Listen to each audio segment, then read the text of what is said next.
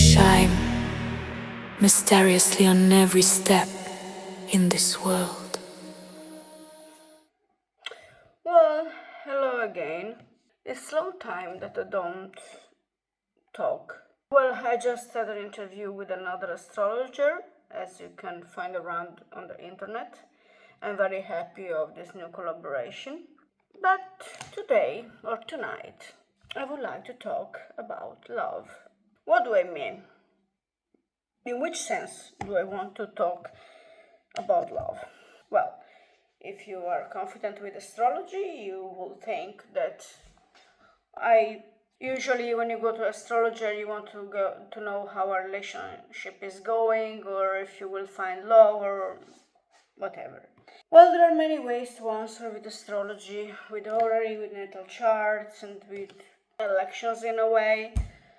But what I noticed studying astrology, it's something different than when you read in other methods or other occult sciences. Maybe you will still think and study about love in a more romantic way. And maybe some people will still doing astrology. I mean, it depends on the character of the astrologer in a certain instance.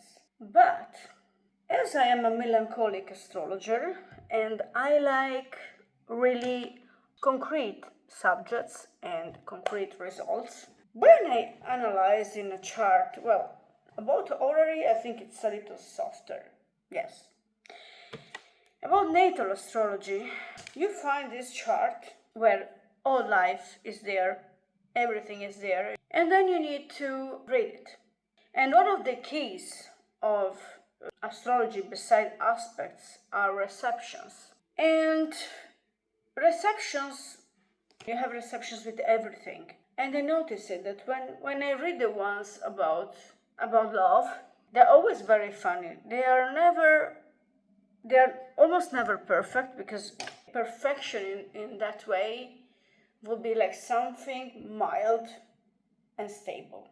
Not too strong, not too weak, but that's quite rare. And it must be bonded by a strong collaboration as well, or dependence on each other.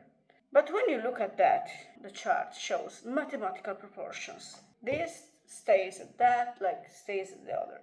Of course, the effect on a melancholic astrologer is that I will tell you today that love to me is nowadays just a mathematical proportion. But the freedom you have when you read it, when you read your chart, well, I know they say that the astrologer should not read this chart, blah, blah, blah, blah, blah, blah, blah. I do, like everybody does. And when I read about these situations and proportions and numbers, let's say, it's not technically numbers, but they can figure out as numbers. What can I say? You have your life revealed, and you stop thinking you are wrong. You stop thinking, oh, this just happens to me. Well, that's part of your universe, of your life. You have some kind of relief in any kind of circumstances that you have your receptions, and however is the outcome of the reading. But of course, I understand for many people to say that love is just mathematics. It sounds idealistic or absurd, but it's actually very concrete. And in most cases, if in this, for the same person, let's say one person named Sarah. Sarah have this chart where a reception for relationships are quite, I will say, sad, because it looks like she's more involved than the other one. It can happen. When she will meet people in this society, people will just tell her, oh, Sarah, you should just find another boyfriend. Oh, this is a sad situation for you. You need to solve the situation. You really need to find another one. And she keeps changing boyfriends here and there, and it keeps happening the same. Because it is not a matter of the person, unless in the reception there is something that says, oh, this kind of person with those qualities may get involved more, but still will not change the basic situation. And that's something very hard for people to understand. I understand in a way that it's kind of sad to say that it's something like that. But what about children then?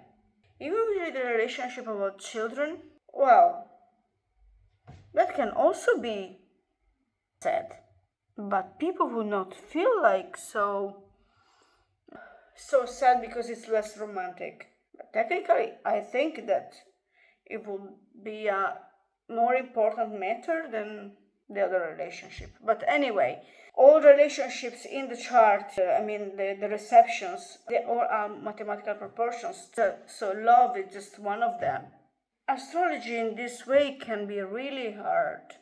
And I know there's lots of philosophy and occult philosophy around astrology, and many have their own opinions, but I would like to find some that says, oh no, love is not matter of mathematical proportions, but I want proofs, practical proofs. Well, so if I will ever do a reading for you about love, don't expect from me that I will romanticize it or anything like that. I will just tell you what I see in that way, and there will not even be like too much social structures because I don't understand them very much. That's my own thing, but some people may need it, I understand. Well, I just want to share with you this thought about love, a mathematical proportion.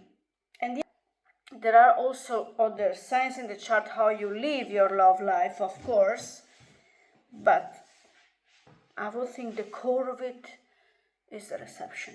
As I said, beside the aspects also say something, but the most important are the receptions, and receptions are mathematical proportions. And it's said by somebody that I'm not a mathematical monster, like it's enough that I can count my basic stuff. Sometimes to calculate in Tisha I need calculator or artificial intelligence, so basically I cannot relate to like a mathematics fan or something like that. No, I'm not anything like that. I hope I will find a more adorable subject for the next time. Bye bye.